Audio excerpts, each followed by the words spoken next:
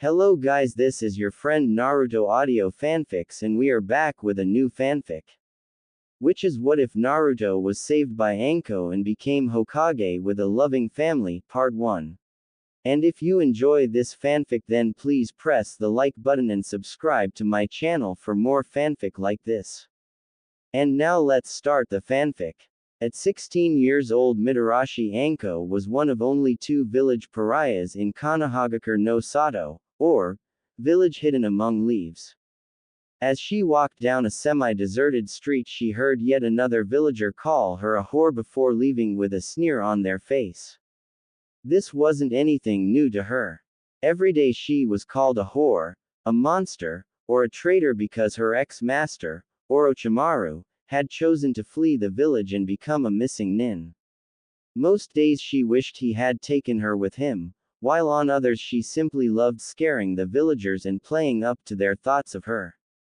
She wore a surprisingly soft black, custom-made, metal mesh body glove, which left nothing to the imagination, a tan mini skirt, which bordered on indecent, and a tan trench coat, which reached her feet and barely covered her large.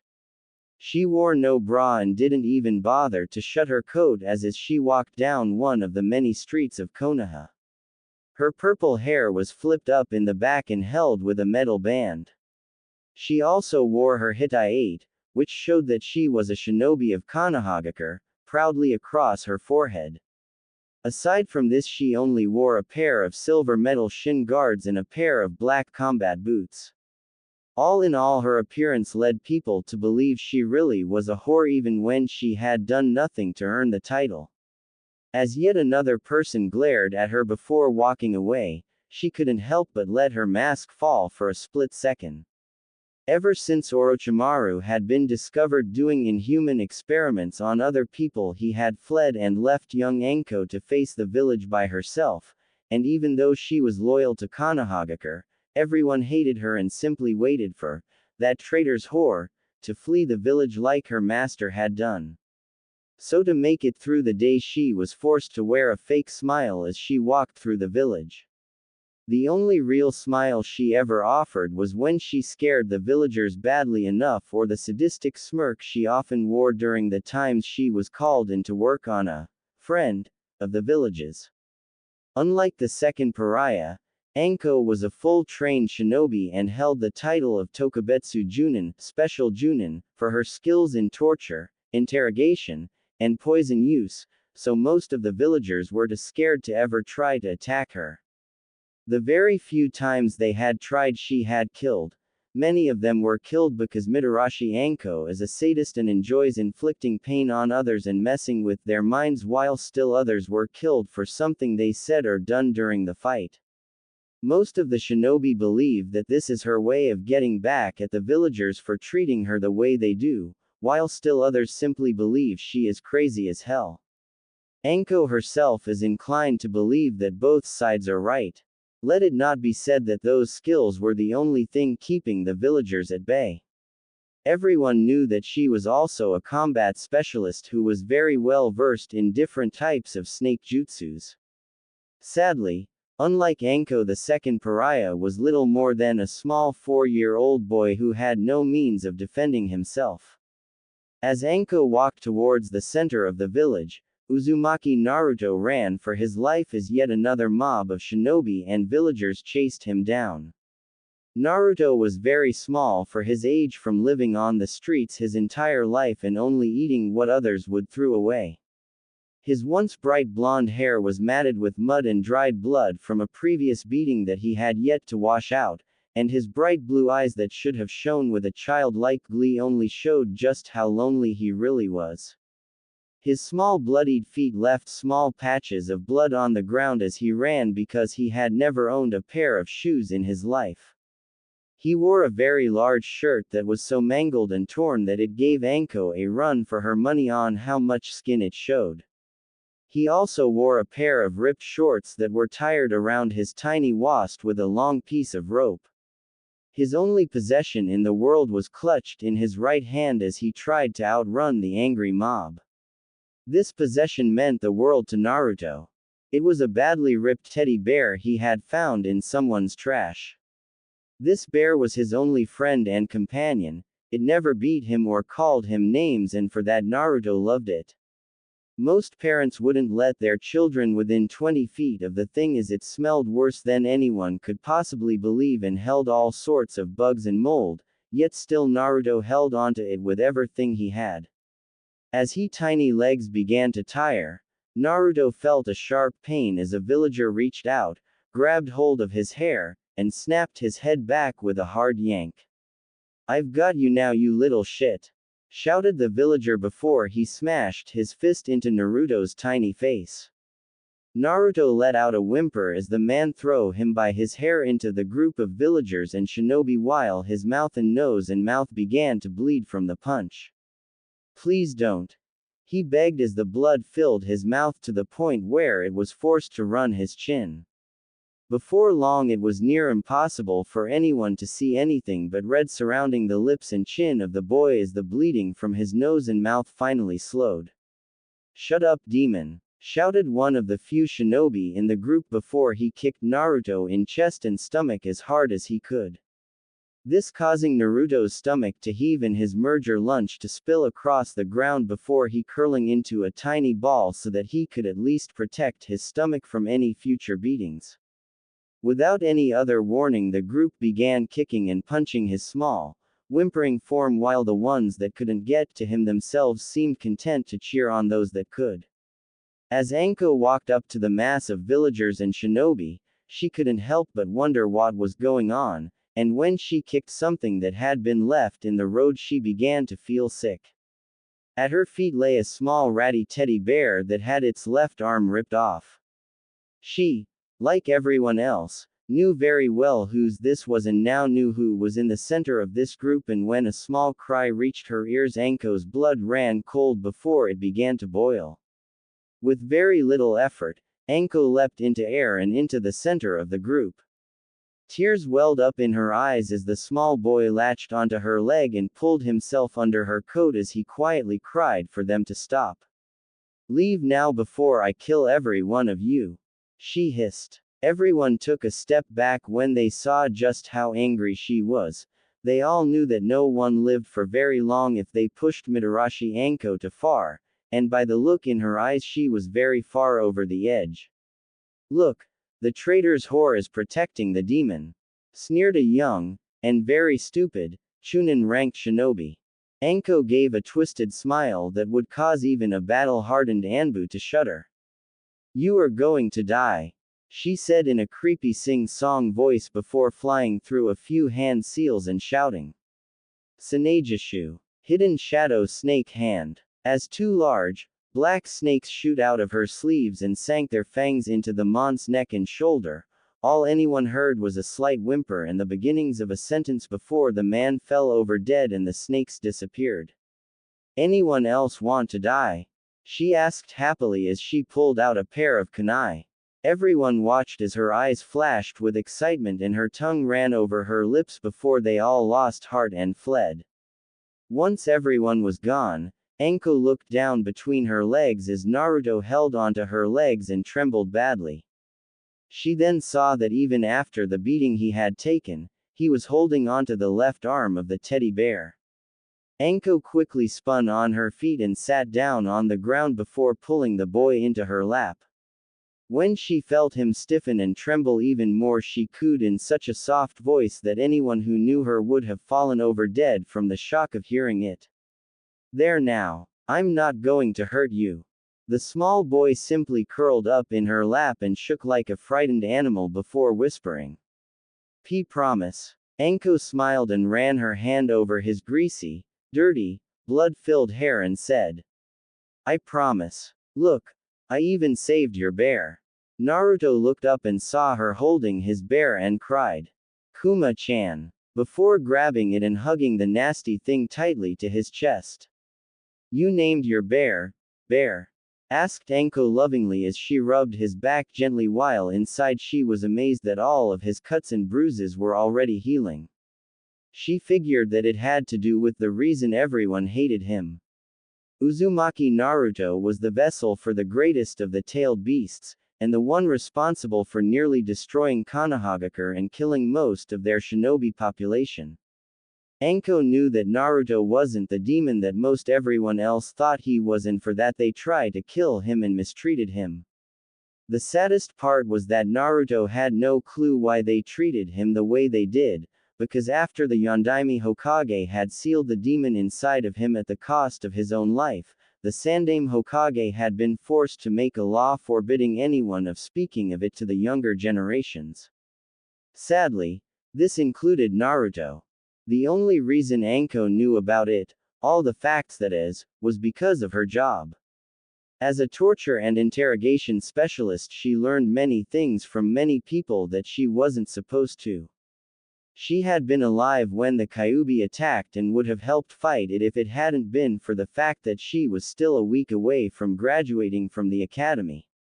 She, like everyone else, thought that Naruto was the demon reborn until the Sandaime Hokage sat her down with her first subject, who happened to be the first person to ever attack the poor boy. After that, she had known that if Naruto was the demon, he would have finished what he started long ago and would have never let the villagers treat him the way they did. Sadly, Naruto was Naruto, and how could a 4-year-old defend himself against shinobi and villagers that were much older and stronger? Who or why you?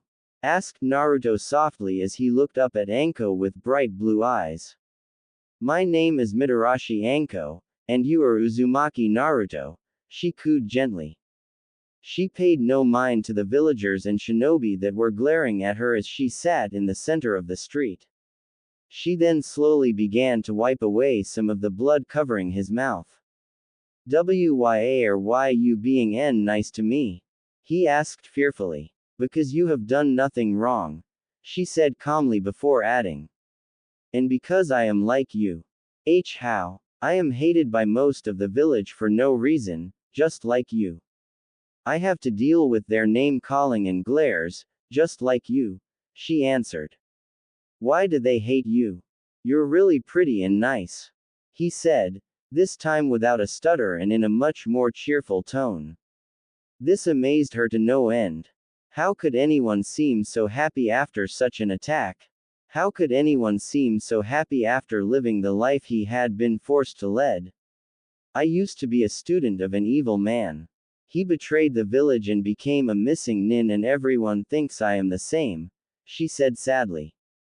What's a missing nin? Asked Naruto. It's a shinobi who leaves their village without permission, she answered with a smile.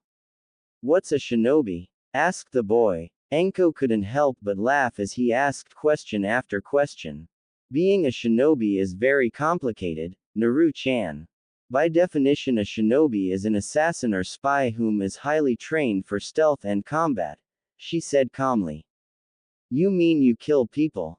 Asked Naruto nervously. He found it hard to believe that the one person who had been so nice to him killed people, ironically ignoring the dead body not far from them. That is where it gets complicated. Yes, I kill people, she admitted. But mostly I do it to protect those I love in this village. I'll admit that I have killed someone for the simple fact of I wanted them dead.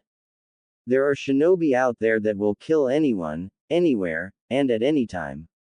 They simply love killing people. While others will only kill when they have to or when their village is threatened. Do you understand? I think so, he said softly. So you're not a bad person, you're just getting rid of the bad people. Close enough, Anko said with a light laugh. Anko ne-chan, older, big sister? Asked Naruto nervously. Yes, Naru-chan, she replied. Are you going to leave me? He asked quietly. Anko had to strain her ears to hear him, but nonetheless she did hear him. No, Naru-chan, I'm not going to leave you. Why don't you come back to my place with me? She offered. She couldn't help but smile as Naruto's eyes light up brightly and he nodded his head quickly. Anko lifted him up so that she could stand before taking him by the hand and leading him away from the village. Naruto became confused and worried when they came to a huge fenced-in forest that had a large warning sign on it. I don't think we're supposed to go in there, he whispered softly as he moved inside Anko's coat and hugged her leg. He might not have known how to read, but even he understood the skull and crossbones very well. But I live in there. This place is called the Forest of Death. Now, don't be scared, she said as Naruto began to tremble slightly at the name. I'm not going to let anything hurt you, my little Naru-chan. We will be at my place before you can say, ramen. What's ramen? Started Naruto before he and Anko disappeared in a puff of smoke only to reappear in the middle of the forest in front of a large tower. Wow! He cried excitedly as he looked around them and saw that they weren't where they were. How did you do that?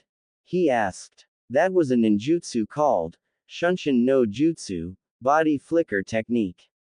You learn it once you earn the rank of Chunin, but if you're good then I'll teach it to you sooner, she offered as she led and now bouncing Naruto into the tower and up to her floor.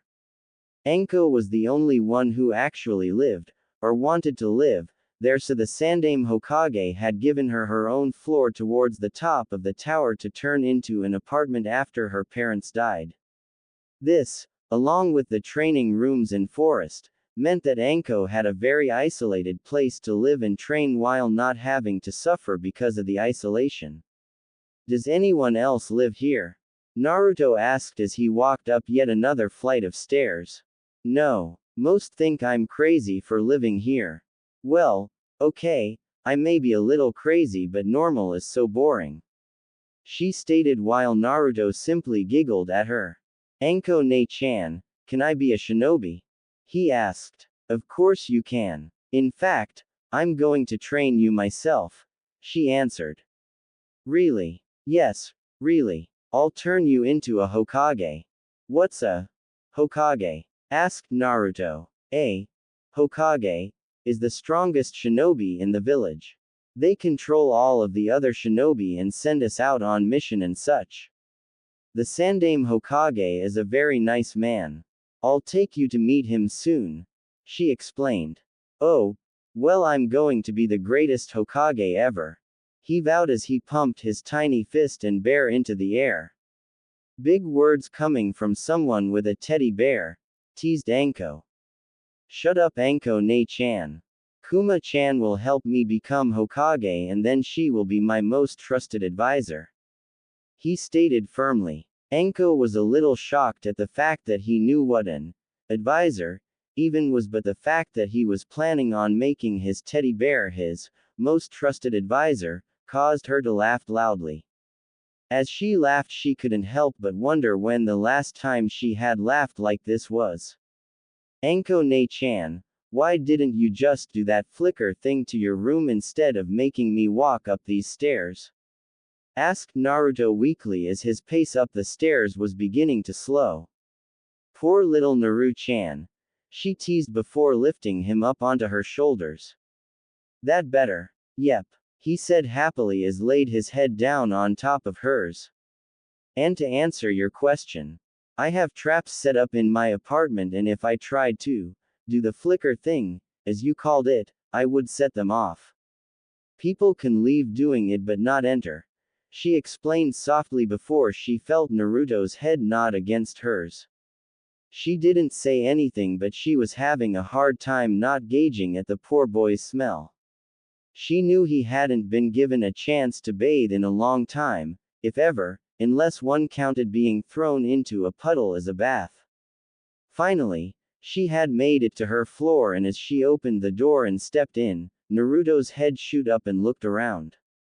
Contrary to popular belief, Anko's home was pretty normal.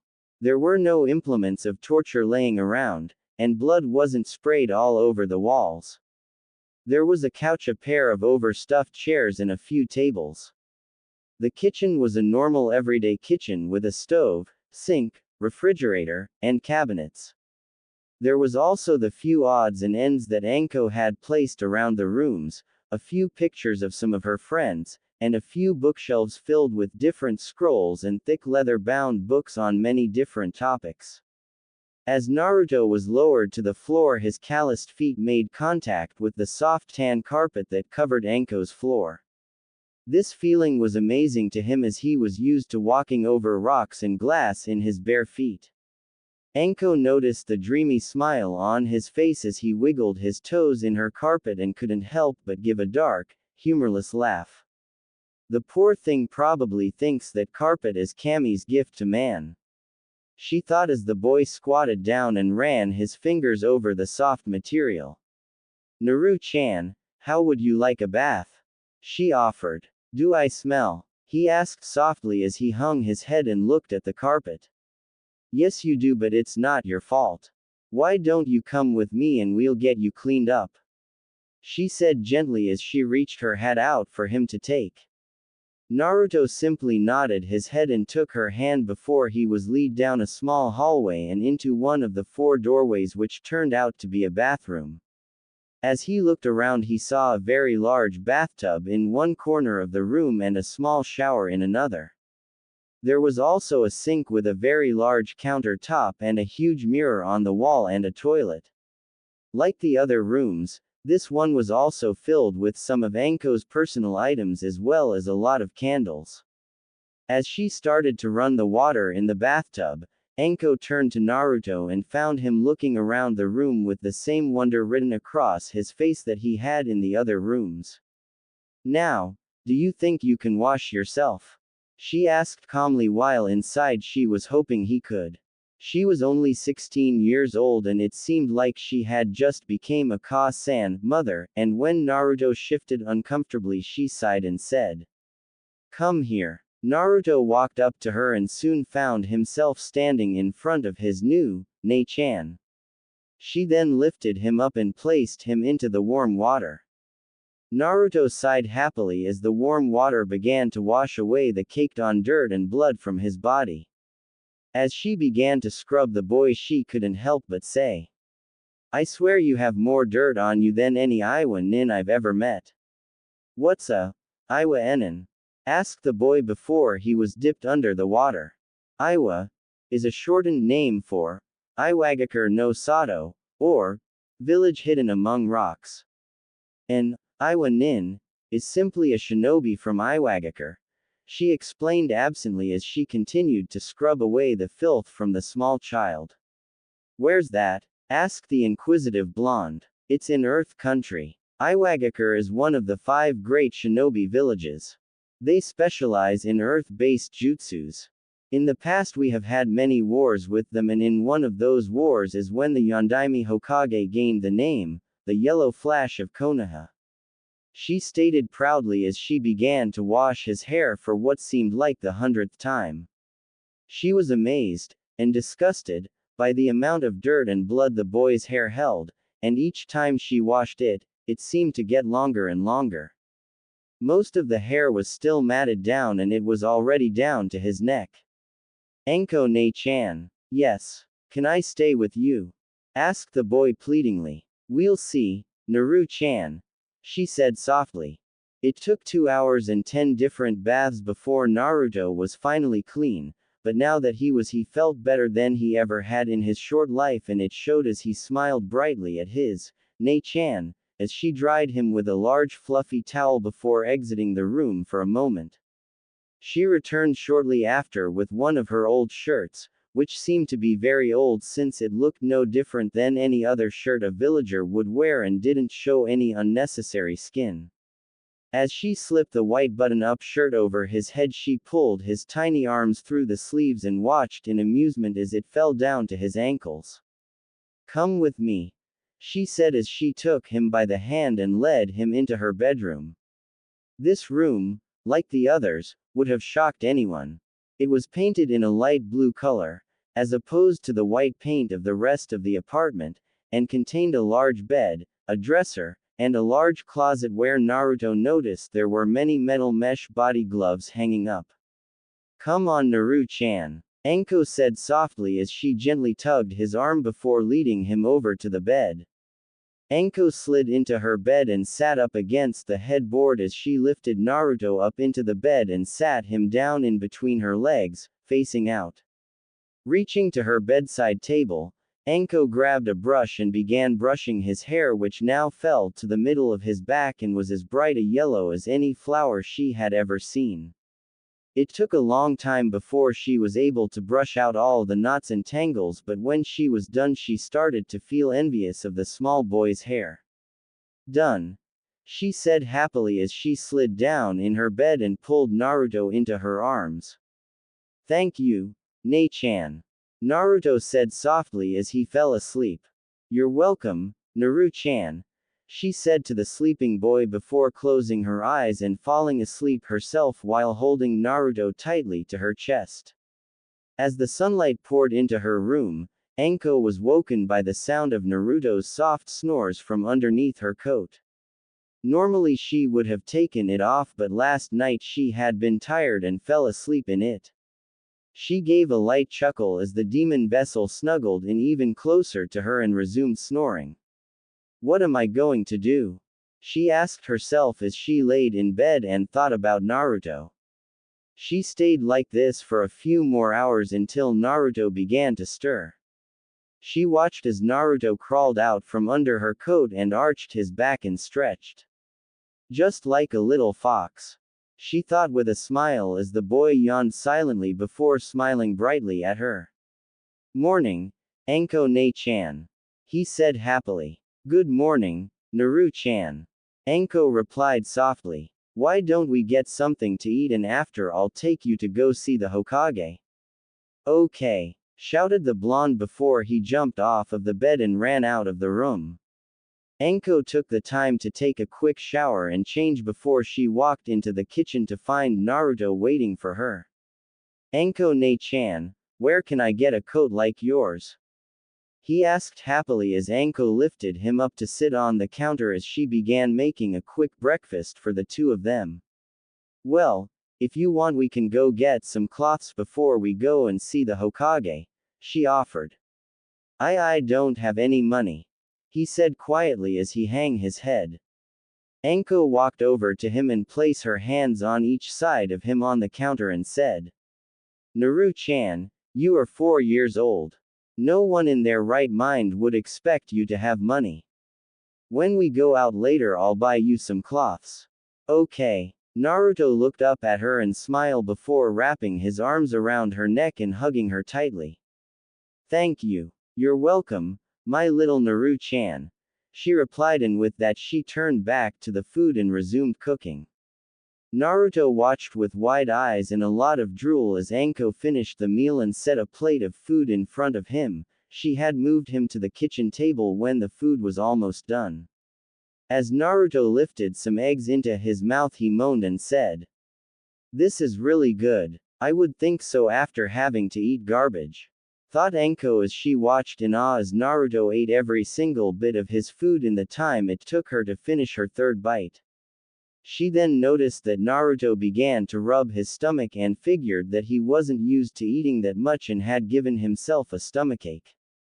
Next time you shouldn't eat so fast, she said with a smirk.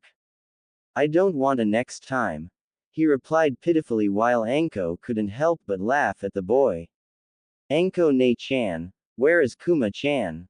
Kuma-chan is in the laundry. She is very dirty and needs to be cleaned. And also I need to sew her arm back on, explained Anko. She had really wanted to throw the thing away but knew she couldn't do that to Naruto, so she planned on washing it as best she could and sewing it back together. Good. She needs to be clean if she is going to be my top advisor, stated Naruto firmly while Anko smiled fondly down at him.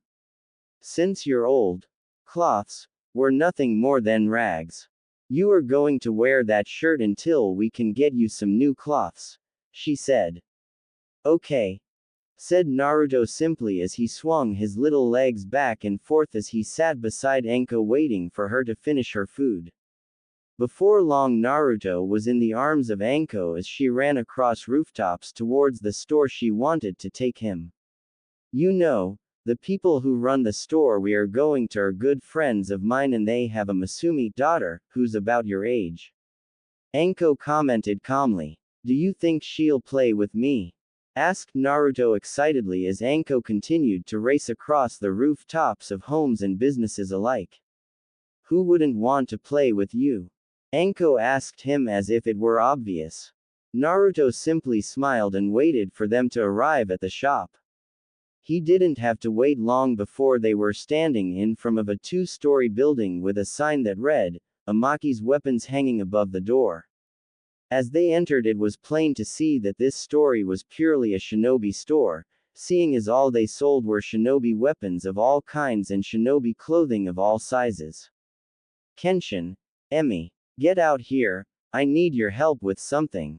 Anko shouted once she saw that no one was watching the front. Anko, shut up, came her reply while Naruto giggled at her and Anko simply shot him a smile. Hi, came a bright voice from behind them. Naruto jumped and spun around to find a young girl about his age standing there. The girl was wearing a pink traditional-style Chinese shirt made of silk, a cheongsam. She had rich brown hair and equally dark eyes. Her hair was pulled into two separate buns and her eyes seemed to shine with happiness and contentment. She also seemed to be carrying a large assortment of weapons. Too large if you asked any normal citizen of Konohagakure. Even some of the shinobi would agree as well since the small girl was barely 5 years old.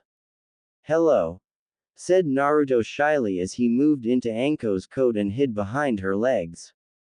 Tenten, I want you to meet Naruto.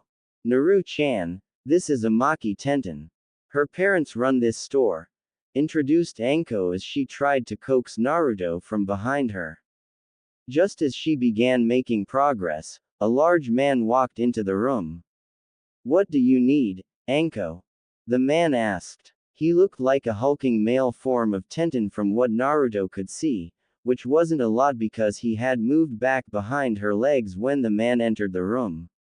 I need an outfit for Naru-chan here, she said softly as she gently pulled Naruto out from behind her. This seemed to work as long as she held his hand. As that, started the man. Yes Kenshin, this is Naruto.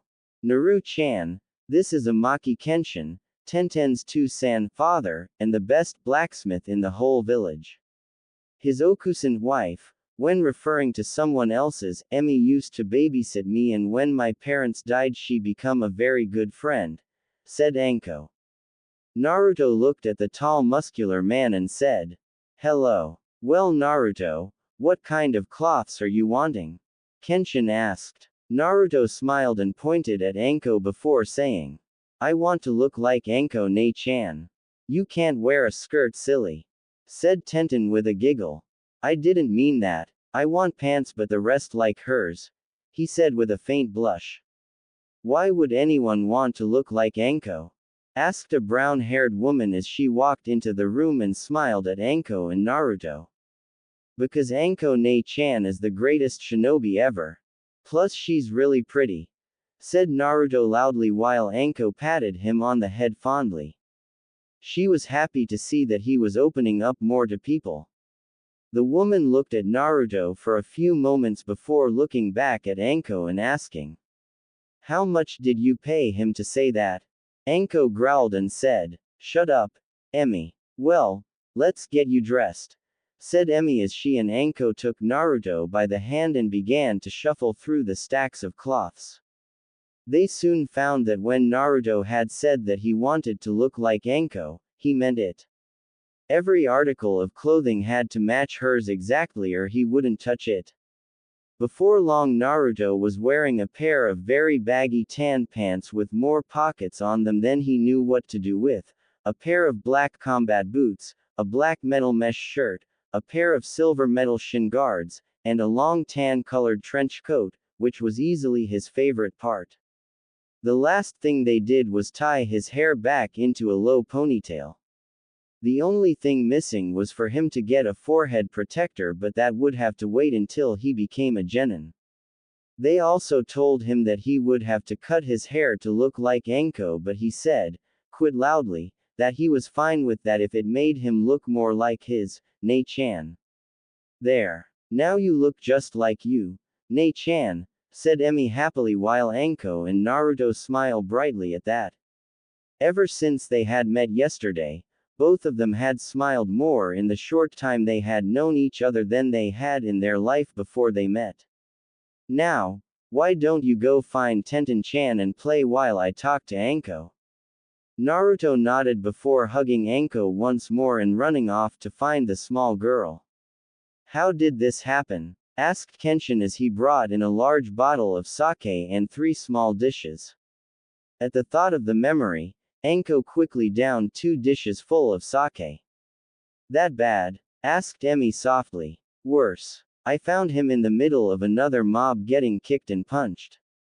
When I finally chased everyone away, he was covered in blood, bruises, and cuts. If any good came from him being a vessel, it's the fact that he heals very quickly. After I spoke with him for a bit, I took him back to my place and spent around 2 hours washing him. He had dirt and blood everywhere from Kami knows when. You should have seen his face when he first stepped foot on my carpet, said Anko with a sad, humorless laugh towards the end. I swear he must have thought that it was the greatest thing ever. Then there is Kuma-chan. Kuma-chan? Asked Kenshin. His teddy bear. She replied. He named his teddy bear, Bear? Asked Emi with a smile. That's what I asked, but Kuma-chan isn't just any bear.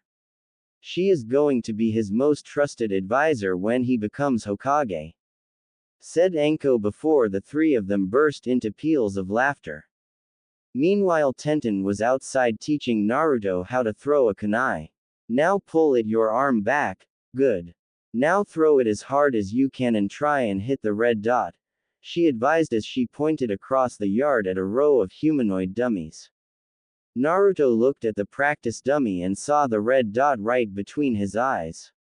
He simply stared at it for a few more moments before launching the kunai as hard as he could at the dummy, and as it hit home, Naruto and Tenten were shocked that it tore right through the bullseye and out the other side of the dummy's head.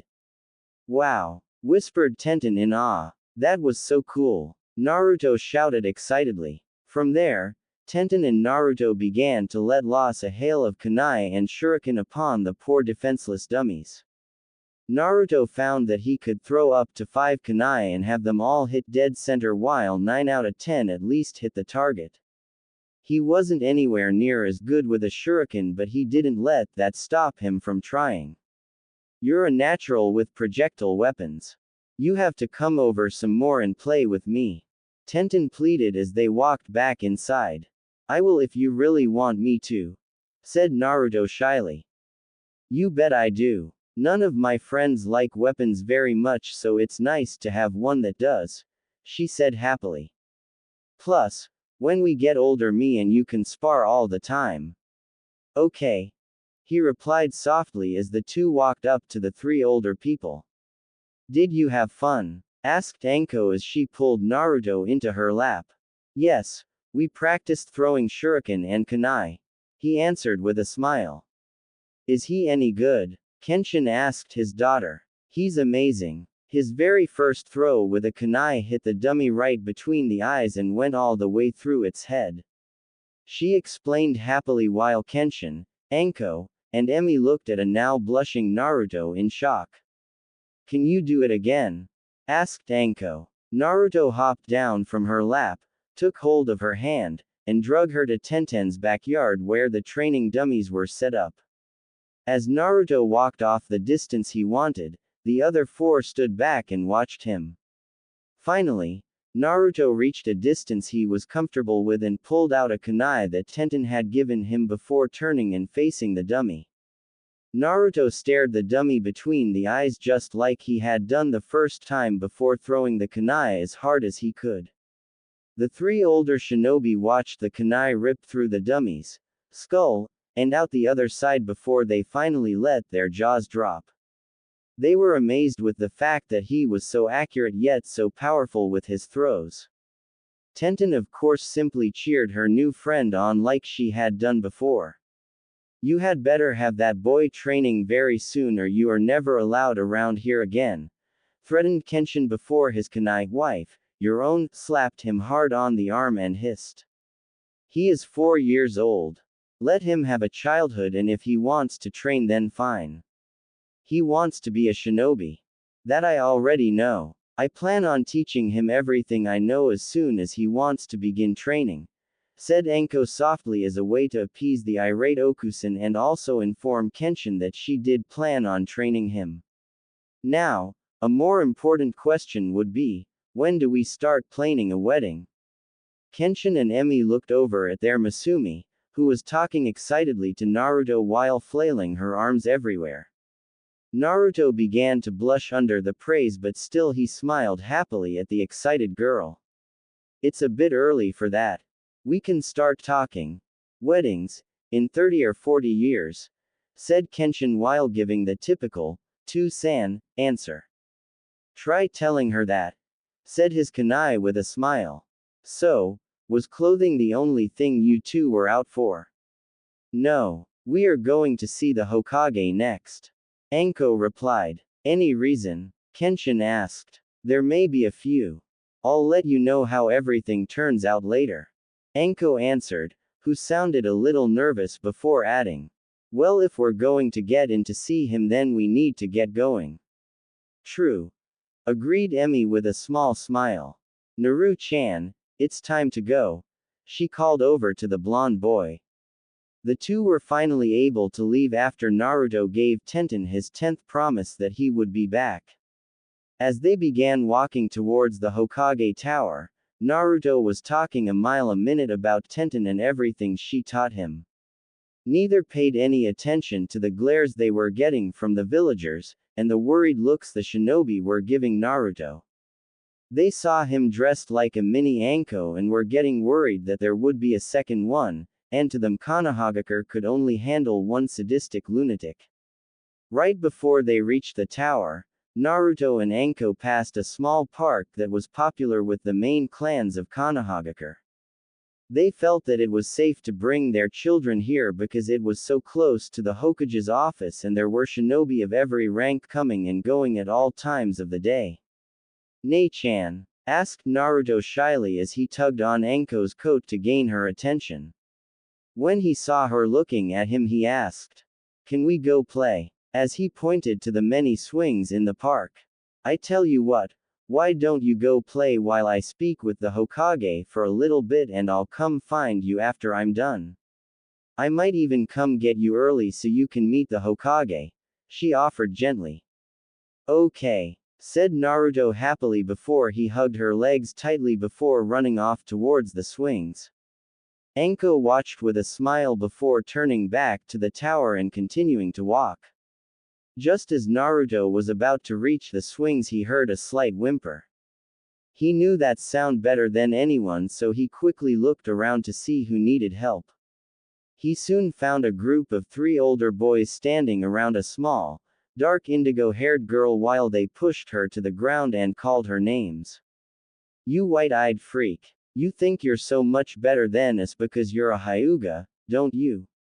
Shouted one of the boys as he pushed the girl to the ground again. Please stop, said the girl softly as tears ran down her face. After seeing this, rage overwhelmed Naruto and with a feral growl he took out his kunai and charged the boys. As he reached them, Naruto jumped into the air and kicked the one he had seen pushing the girl as hard as he could in the side of the head. Everyone in the park stopped at the sound the collision made and watched as the boy was knocked off his feet and flew a good 5 feet before falling limply to the ground. Leave now before I kill every one of you, he said, repeating the words he heard Anko use when she saved him the night before. By now the boy he had kicked had finally regained his feet and was stalking towards Naruto. Seeing their friend back on his feet seemed to give the other 2 added courage so they too moved towards Naruto. As the first boy tried to punch him, Naruto dodged to the side and slammed his kunai into the back of his hand. This shocked everyone around them. They had just seen a 4-year-old boy shove a kunai through the older boy's hand without even blinking. I told you to leave, hissed Naruto as he ripped his kunai out of the boy's hand. Why you? Get him, ordered the boy as he cradled his bleeding hand against his chest. The other kids in the playground, and a few adults, watched as the two other older boys moved towards Naruto, but the blonde boy never gave them a chance. With 2 swift kicks to a very sensitive area, the boys collapsed to the ground and cried. Let it not be said that one needs years of training to take down someone larger than oneself. Seeing that the boys were done, Naruto turned back to the Hyuga and asked. Are you alright? Why yes, stuttered the girl softly as she took Naruto's offered hand and rose to her feet. Thank you. I'm Uzumaki Naruto. What's your name? He asked as the 3 boys began to crawl away from them. Hyuga Hinata. She replied as she nervously tapped her index fingers together. Do you want to go play on the swings with me? Asked Naruto with a bright smile. The shy girl only blushed and nodded, but that was all Naruto needed as he grabbed her hand and pulled her over towards the swings. Sadly, they were never given the chance to actually swing as one of the boys' Ka-san, mother, started running towards Naruto with a large stick. I better go, Hinata-chan, said Naruto quickly before running from the mammoth woman. Luckily for him, the woman was very out of shape and gave up the chase just as she reached the swings.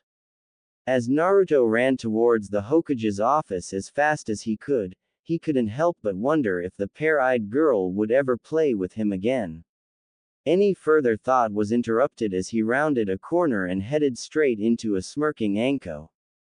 Naru-chan, what's wrong? Is it another mob? Asked Anko worriedly. Why yes, he said as he gasped for breath. Anko didn't waste any time as she quickly picked up the boy and ran back towards the Hokage's office where they were quickly led in by his secretary.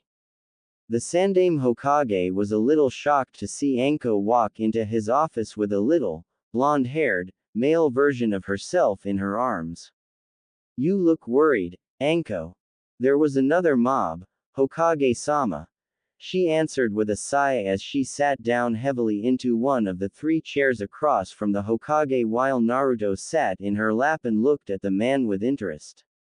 Anko-ne-chan, you told me that the Hokage was the strongest shinobi in the village. This guy is so old, he said finally after staring at the man for a few moments. Instead of being insulted, the elderly Hokage laughed at this while Anko hid her face behind Naruto and giggled. Naru-chan, this man may be old but he is very strong, she said softly. Naruto stood up in her lap and pointed at the Hokage and shouted. Okay Jii-san. When I grow up I'm going to be the Hokage and when I do I'm going to send you to a old people's home. At this declaration the Hokage smiled at the boy and said, when you're ready to take the title of Hokage from me then I'll give it to you without any hassle. Now, Naruto, do you like staying with Anko? Naruto sat back down and looked at Anko for a moment before saying. She's my Ne-chan. I love staying with her. Naruto, how would you like to live with her from now on? Asked the old man. Can I really? Asked Naruto as hope shined brightly in his bright blue eyes. Anko wishes to adopt you, answered the Hokage. At this, Naruto jumped to his feet and threw his arms around Anko's neck and began to cry. Anko smiled happily and wrapped her arms around his tiny waist and hugged him tightly. So is that a yes? She whispered. Why yes, he said as he wiped his runny nose on his coat sleeve.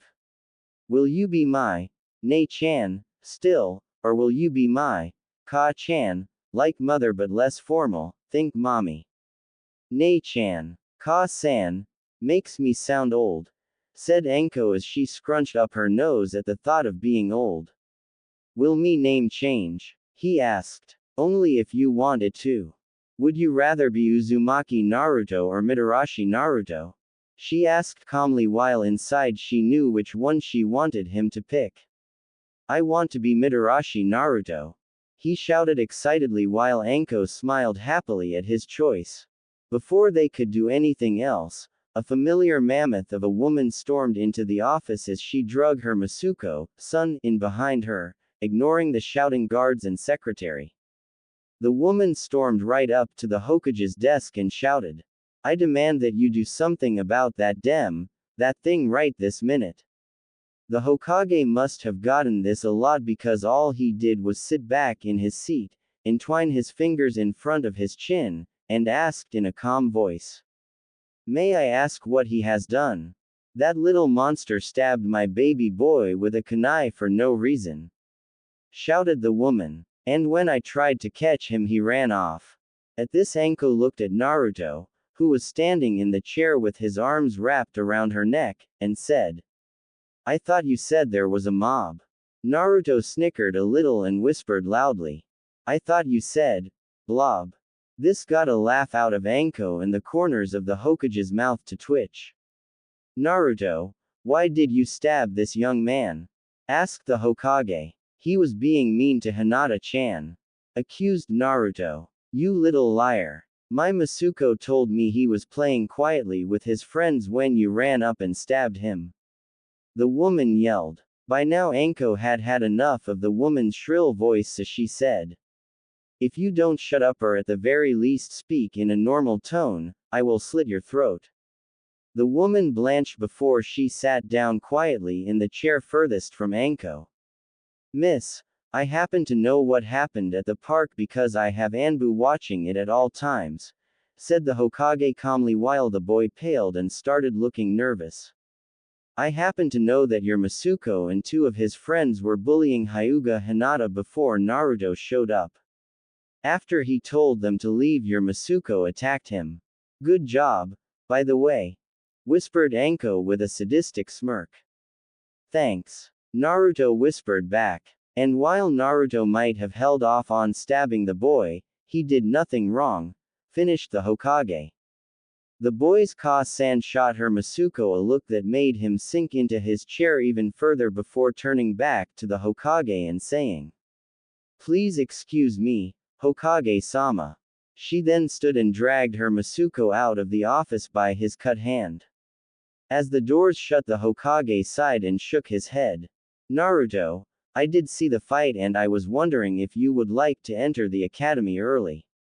Naruto's eyes light up with excitement, but Anko quickly stepped in and said, No thank you. But why? Whined Naruto. Don't whine, Naru-chan. Anko said softly. And I want to take you on as an apprentice until you graduate.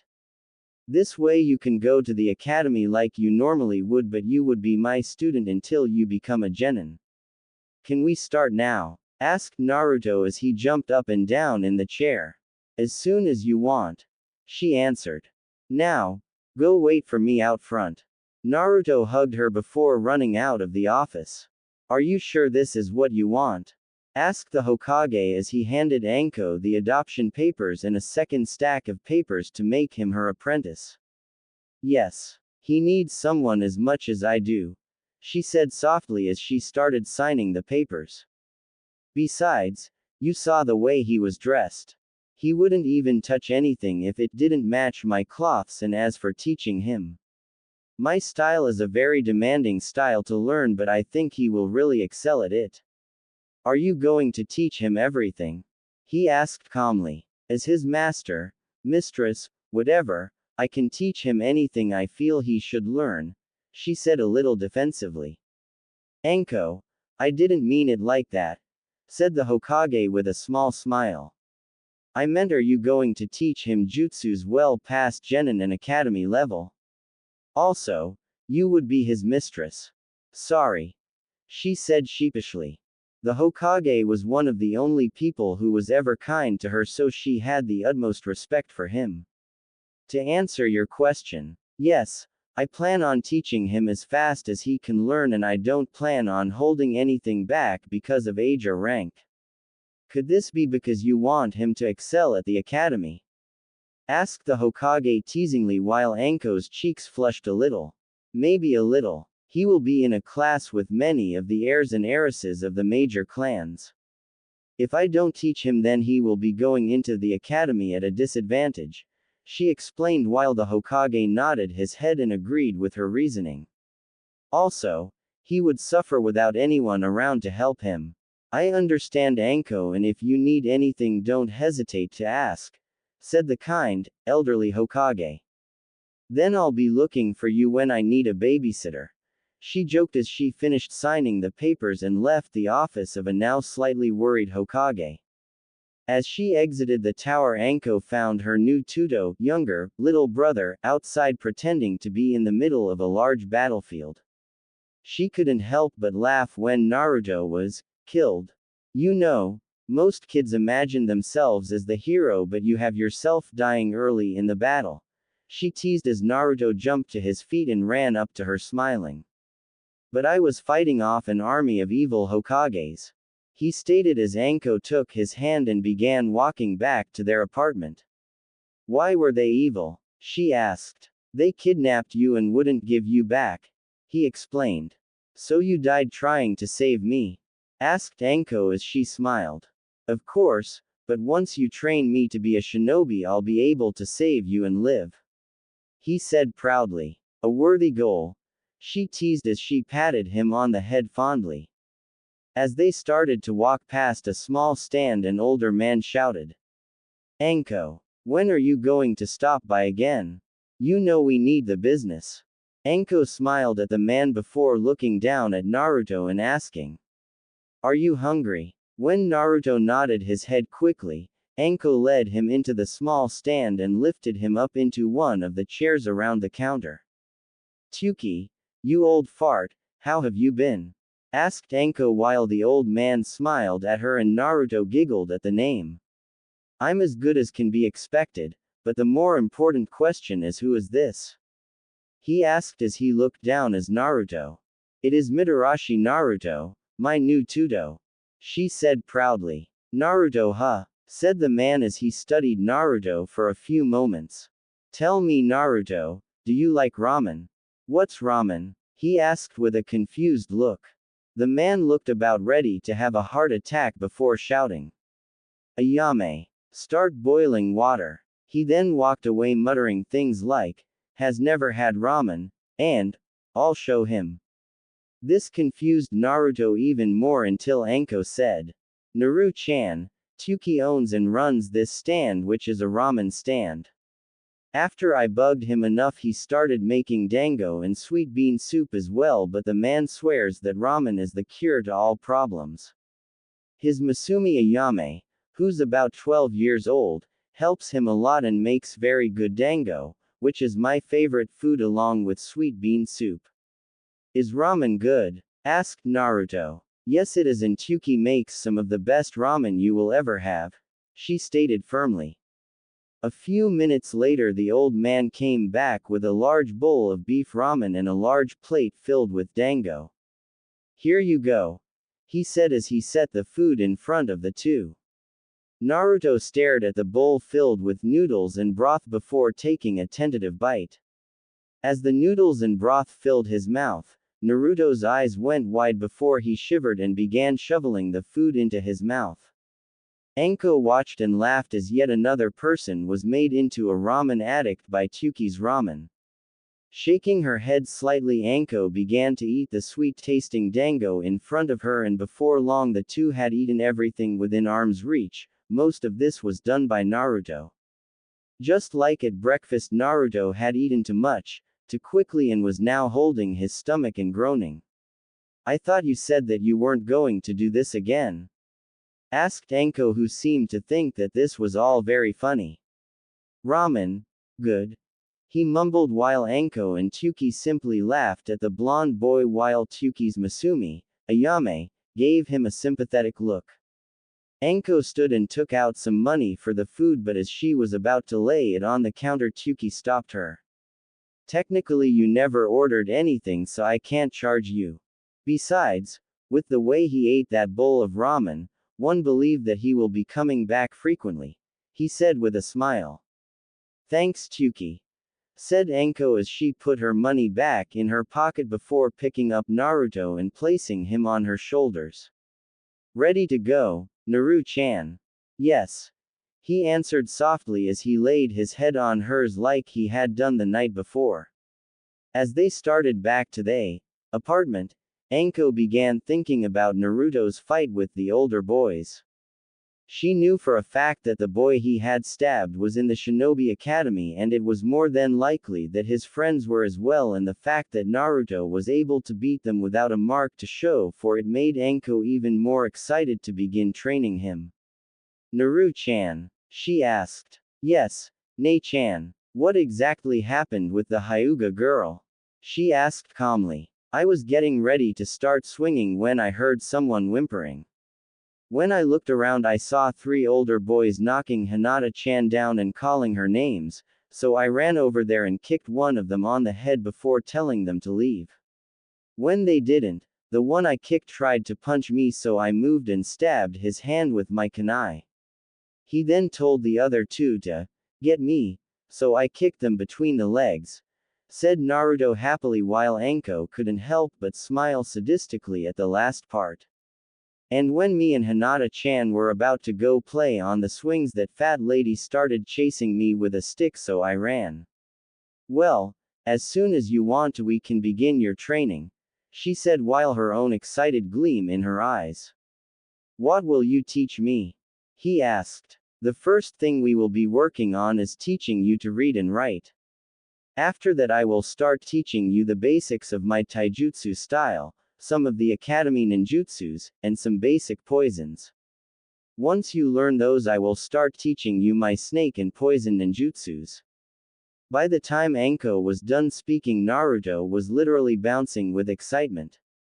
Normally you would also learn weapons, but you seem to be very good with kunai already, so, while I might teach you to use a katana, those will more than likely be your main weapons. Can we start when we get home? Asked the excited blue-eyed boy. Anko gave a quick smile at the word, home, before saying, as soon as we get home, I'll start teaching you to read. The rest of the walk was spent talking about what he was going to learn and of his 2 new friends. Anko couldn't help but wonder if he was planning on making any male friends, not that she minded any. Once Naruto became a teenager, most of his male friends would stare at her chest and then she would be forced to kill them, so this saved her some paperwork. As the 2 made it to the fence surrounding the forest, they saw a woman who looked slightly older than Anko leaving. The woman had shoulder-length, black wavy hair, ruby red lips, and deep crimson eyes. She wore ceremonial bandages that covered her waist, torso, and shoulders, while her metal mesh undershirt had one solid red sleeve that covered her right arm and her left was left bare. All in all, this woman was strikingly beautiful. But not as pretty as my Nei-chan, thought Naruto as the woman and Anko walked towards each other. Anko, you should hear the rumors going around about you. They're saying you have a kid, she started before trailing off once she finally noticed Naruto sitting on her shoulders. Kurenai, this is Mitarashi Naruto, formerly Uzumaki, my new tuto. Naru-chan, this is my best friend for many years, Yuahi Kurenai, said Anko while smiling at the shocked look on Kurenai's face. Hello, said Naruto happily while the poor woman could only wave back weakly. We were just about to head inside so I could teach Naru-chan here how to read and write. Do you want to come too? Offered Anko. Kurenai nodded dumbly as she continued to stare at Naruto before following them back to their apartment. Once they were there, Anko sat down with Naruto and began teaching him how to read and write simple words. She was amazed at the speed Naruto seemed to pick everything up, and as it began to get dark outside, Naruto fell asleep at the table with his face propped up in his hand. Naru-chan, why don't you go to bed? We will start again early tomorrow morning, offered Anko. Naruto nodded before standing, hugging Anko tightly, and running off to Anko's room where he fell asleep as soon as his head hit the pillow. Kurenai, who had been silent the entire time, finally asked. Are you going to tell me what is going on? Anko sighed and went into the kitchen where she got a small bottle of sake and two small dishes before walking back into the living room and sat down opposite Kurenai around the low table. She then poured them both a drink before saying, Last night I was out walking when I found Naruto being beaten by a not-so-small gathering of shinobi and villagers. After I killed one of the shinobi and scared off the rest, I took Naruto back here to clean him up and give him a place to sleep. This morning I went to see the Hokage and adopted Naruto and took him on as my apprentice. It's only been one day and he has already caught on to my sadistic nature. What do you mean? Asked Kurenai, who had understood everything but the last part. She was also a little shocked that she had taken the small blonde as her apprentice. Anko laughed and smiled fondly at the memory before explaining. Earlier today when I went to the Hokage's office, I left Naruto at the park near there. Before he could even make it to the swings, he found a few academy boys picking on the Hyuga heiress. Naruto kicked one of them in the head before stabbing him with a kunai when he tried to punch him. He then kicked the other two in the balls before taking the Hyuga over to the swings to play. He was soon chased out of the park by the Ka-san of the boy he stabbed, and when I met him he said that there was a mob chasing him. Imagine my surprise when a single woman showed up with her Masuko to yell at him. When I asked him about it, he said, I thought you said blob. At the end of the story, Kurenai and Anko were both laughing loudly while Kurenai was a little worried about having another, Anko, around. Anko might have been her best friend, but even she thought that Anko was crazy as hell. Are you sure about this, Anko? Asked Kurenai seriously. Yes. Him and I both need this. Anko replied softly. Kurenai simply nodded her head. She knew how hard it was for Anko and Naruto, not from first-hand experience but from the fact that she was the only one willing to listen to Anko when she felt like talking, so she knew well everything the villagers did to her, or said to her. When it came to Uzumaki Naruto, however, she knew nothing and had struggled to keep it the way. Kurenai was not trying to be unkind or unfeeling, but she knew that it would break her heart to hear some of the things the village did to the poor boy. She knew that even Anko knew very little of his pain because she at least had a family, friends, a chance to grow up a little, whereas Naruto had been a pariah his whole life and had never had a friend or loved one to talk to until now. Well, I for one am happy for you, Kurenai stated before raising her dish in a toast to the two of them. Once she downed her sake, she added jokingly. But did you have to dress him like you? Anko shook her head and smiled. I never had a choice. I took Naruto to Kenshin and Emi's this morning and he stated quite firmly that he wanted to be just like me, minus the skirt of course. Did he and Tenten get along okay? Kurenai asked. The best of friends. Tenten taught Naruto how to throw a kunai and then we found out that the boy must be a prodigy with the things.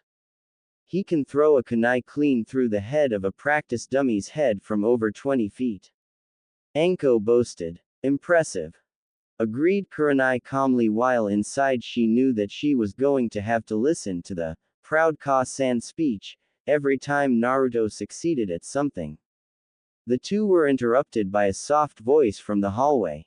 Nei-chan. Anko looked and found Naruto standing in the hallway with tears in his eyes. What is it, Naru-chan? She asked gently. Naruto didn't say anything but ran to her, jumped into her arms and hugged her tightly. What's wrong? Anko pressed. IIW woke up and thought that you left me, said Naruto quietly as he curled into a tiny ball in her lap and cried. Kurenai watched as Anko whispered reassurances to the small boy while running her hand gently over his back. She was shocked and amazed at the fact that Anko could be a caring Ka-san figure and not just some crazy, sadistic, psycho woman they all knew she was. But if she were to be honest with herself, even she wanted to comfort the crying child. I think I'll head home, she said softly to the two. Good night, Kurenai, said Anko as her friend stood and walked towards the door. Good night, Anko. Naruto, she said before walking out of the apartment and disappearing in a puff of smoke. Naru-chan, why did you think I left you? Do you really think that I would adopt you only to leave you again? Asked Anko as she stood and carried Naruto back into her room before laying him down and sliding in beside him. And no, but oh, one time a villager P pretended to be N nice T to me, and when I followed her I into an alley she stared hitting me, cried Naruto as Anko pulled him even closer to her and held him tightly. Well, I'm never going to leave you, Naru-chan, she said gently. Why you P promise? Asked the demon vessel. I promise, she vowed. Now get some sleep, Naru-chan. Tomorrow I want to start you on taijutsu and continue on your lessons in reading and writing. Naruto nodded sleepily as he rubbed his bloodshot eyes one finally time before closing them and finally falling asleep. I promise things will be different, Anko said softly as she too closed her eyes and fell asleep. It had been 4 years since Anko and Naruto had found each other, and for 4 years Anko has been teaching Naruto everything she knew. Every ninjutsu, everything about their taijutsu style, and even the one and only genjutsu she knew. When Anko had told the Hokage that she thought that Naruto would excel at her style, she had no idea just how much of an understatement she had made. No, Naruto didn't just excel, he was a prodigy when it came to poisons and her snake jutsus. He had already learned the basics of every jutsu she knew and only had to refine what he knew to the point of mastery. He had even taught Anko a few new ninjutsus as well as created his own, and with the help of Kenshin and Tenten his kenjutsu was very advanced for his age. Tenten was just happy to have someone to spar with at all hours of the night. This was a sort of unwritten rule for being Mitarashi Anko's apprentice. You had to be ready for training of any kind at any time of day or night. Naruto had also learned why Anko was considered a sadist when she woke him up at 3 in the morning for agility training. This consisted of Anko throwing kunai at Naruto for an entire day. Needless to say that Naruto would have made any of Tenten's practice dummies jealous with the number of kunai that were lodged in his body. The hardest thing for Anko came when Naruto turned 6 years old. This was when she believed he was ready to hear about the Kyuubi. Kyuubi no Yuko, or the nine-tailed demon fox, was the demon responsible for nearly wiping Konohagakure off the map. If it hadn't been for the Yondaime Hokage giving up his life to seal the demon away, every man, woman, and child would have been slaughtered.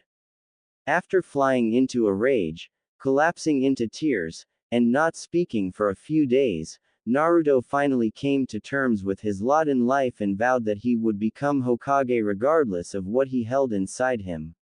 He even started training harder, stating that he needed to be stronger if he was going to keep Kyuubi in its prison. Anko didn't have the heart to tell him that he didn't need to and that the seal wouldn't be affected by how strong he was, so she let him believe what he wanted and trained him how he asked. So, at 8 years old, Mitarashi Naruto was about to face his first day of the Shinobi Academy. This made many people nervous because everyone knew that Naruto had picked up every single sadistic trait that Anko had, and coupled with the fact that he was even more of a prodigy in snake and poison techniques than Anko herself was, meant that many parents were telling their children to not pick fights with the blonde boy. Currently the blonde boy was sitting at the kitchen table with his mistress and Nei-chan eating a large breakfast of ramen, dango, and eggs. Naru-chan, I wanted to speak with you about something, Anko said calmly as she pushed her plate away from her and turned to Naruto. Naru-chan, do you really want to be my apprentice still? At this, Naruto began choking on large bite of ramen he had been eating. As he coughed and hacked his throat clear of the noodles, he looked at Anko like she had lost her mind and said, Anko Nei-chan, I love being your apprentice. Why, Naru-chan, I have little else I can teach you. All you really need to do is refine your skills, said a now 20-year-old Anko. She knew that she was very proud of him but couldn't stop the small part of her from wishing that he was a slower learner, if only for the fact that she would still have something to teach him. The fact that he didn't seem to need her anymore the way he once did was weighing heavily on her mind. Nei-chan, you could teach me advanced anatomy, advanced psychology, torture, and interrogation. There are still lots of things I need to learn from you. Please keep me as your apprentice. He begged. Anko had never really considered that he would want to follow her into her field of study. Truthfully, she hadn't let herself think of it in case he didn't want or learned what she did and became scared of her. Are you sure? She asked seriously, while inside she was all but jumping up and down, cheering that he wanted to continue. Yes. Nei-chan, I know what you and Ibiki do and I don't see you any different. If you and he didn't do your job, our village would suffer from our lack of knowledge. I also know that you enjoy it because you are crazy, but so am I, he said teasingly with his own sadistic smirk, something that Anko had taught him long ago. Watch it, brat, she growled playfully back to him before sighing.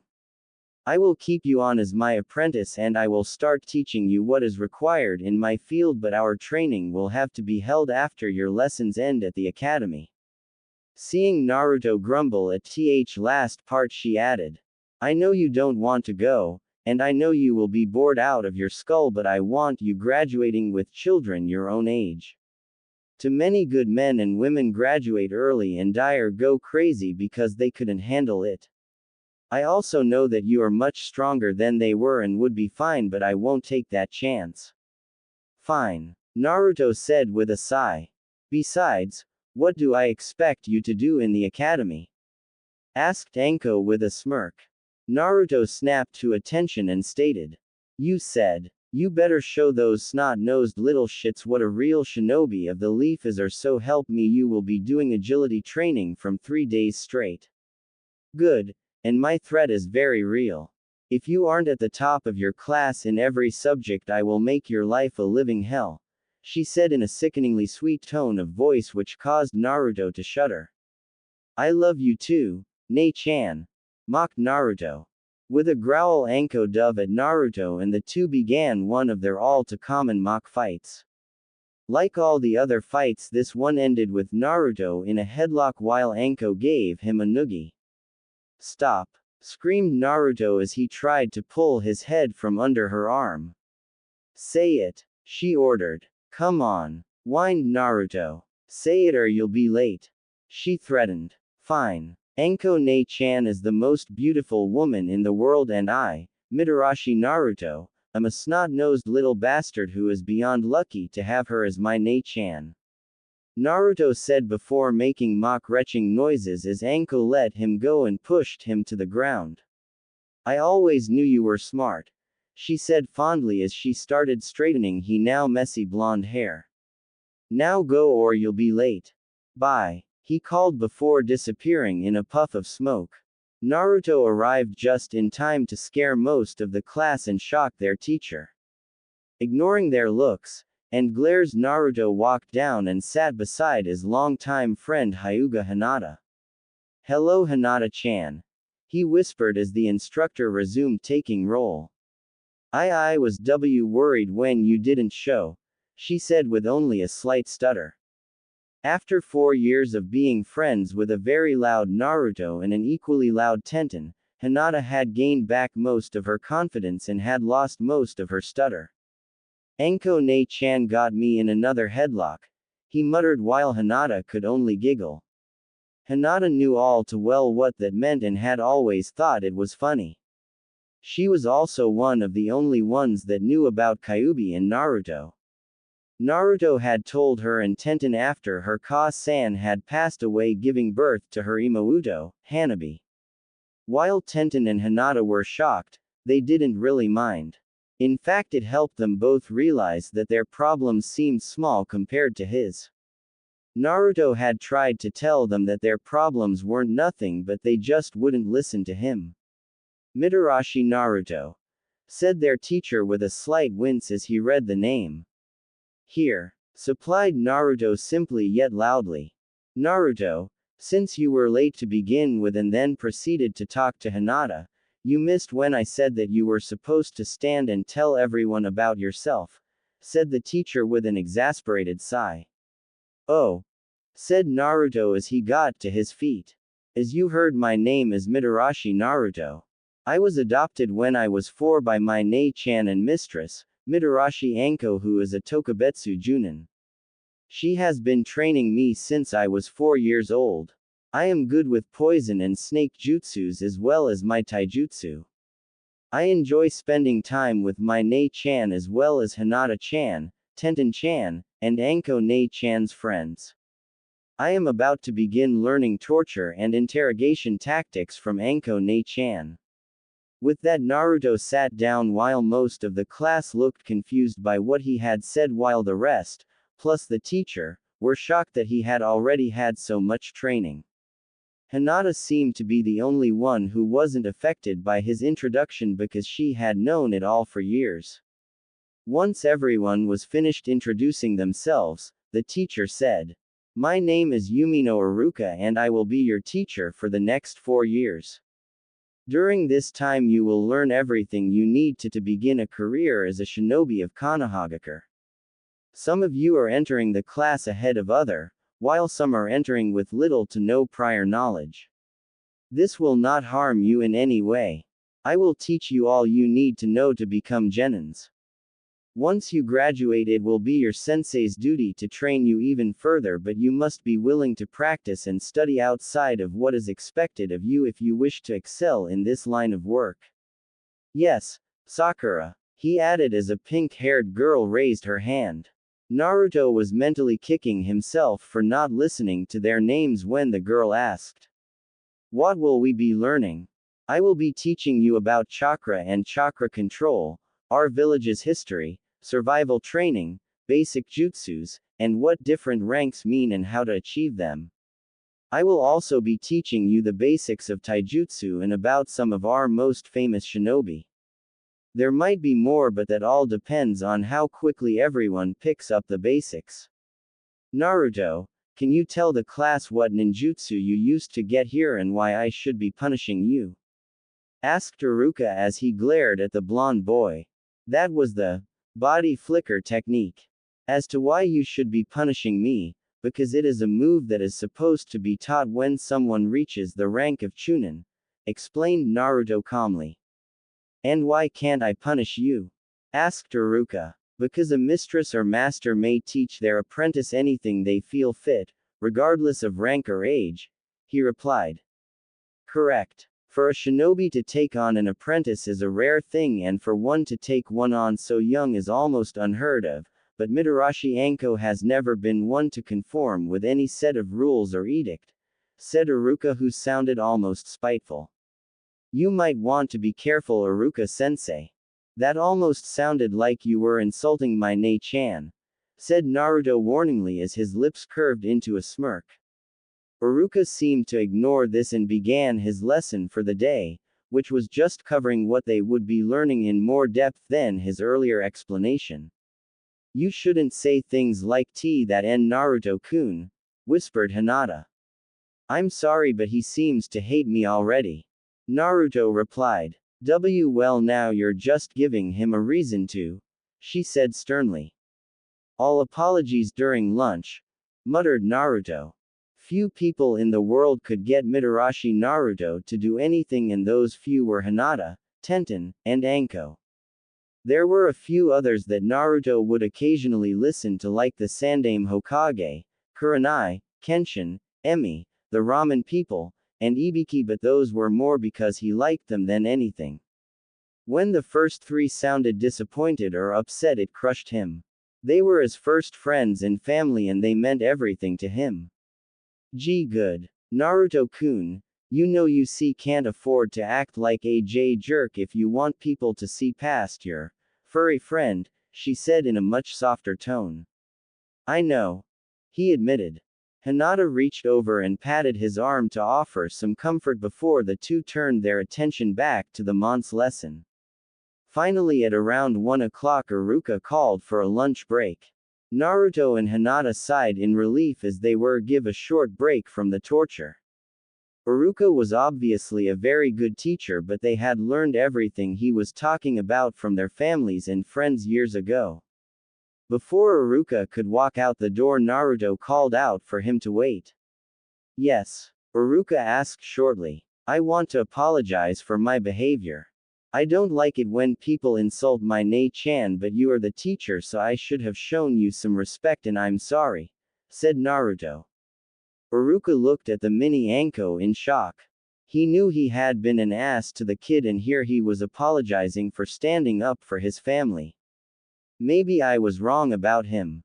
Anko seems to have done a good job raising him aside from the whole sadistic thing. He thought before saying, I should apologize as well. I let my feelings for something else get in the way. Did you lose your family to Kyuubi? Asked Naruto sadly. Why yes, said Iruka weakly while he was shocked that the boy already knew about the demon. Anko Ne-chan told me about it when I was 6. I'm sorry for your loss, but I am not Kyuubi, Naruto said before walking out of the classroom with Hinata. Maybe I was very wrong, Iruka thought while making a mental note to see Anko about this as he left his classroom before disappearing. Naruto and Hinata were sitting comfortably under in the shade of a large tree while eating their lunches and talking when an arrogant-looking boy walked up with a few girls and boys following him. How did you do that jutsu? Demanded the boy. If you want to know, then study and find out for yourself. Naruto answered dismissively before turning back to Hinata, who seemed to be trying very hard not to laugh at the boy's outraged look. Do you know who I am? Shouted the boy angrily. No, and I don't really care either, Naruto replied while the boys snickered and the girls looked highly offended. I am Uchiha Sasuke, the boy said arrogantly, causing many of the girls to swoon. You could call yourself Booger, for all I care. I'm still not telling you, Naruto said while Hinata giggled into her hand. Now please leave. That's it. Fight me now, ordered the black-haired boy named Sasuke. Hinata-chan, asked Naruto. Go ahead, she said with a sigh. Naruto stood and brushed himself off before looking at the Uchiha. The boy had black hair and eyes, a pale complexion, and what seemed like a permanent scowl on his face. He wore a blue t-shirt with the Uchiha clan symbol on the back and a pair of black shorts and shoes. Fine, I'll fight you, he said calmly before he reached inside his coat to the sides of his legs and pulled out a pair of kunai. You say when? The boy never said when, he just growled and charged Naruto. Said boy sighed, put his kunai away and said in a lazy voice. Fukumikuchi Hari. Hidden mouth needles, before he used his tongue to flip 2 needles from his mouth onto his lips. He then spat them at the charging boy, hitting him in the forehead, causing him to stop. How dare you spit on Sasuke-kun? Shouted the pink-haired girl named Sakura and a blonde-haired girl who he later found out was named Ino. If you would pay attention, you would notice the 2 needles sticking out of his forehead, said Naruto calmly, and as if on K, Sasuke froze. What did you do to me? He demanded through his clenched teeth. Those needles are hollow and hold a fast-acting poison in them that is released on contact. The poison freezes every joint in the body and lasts for up to 3 hours depending on a person's height, weight, and blood pressure, explained Naruto before he turned and walked back to Hinata.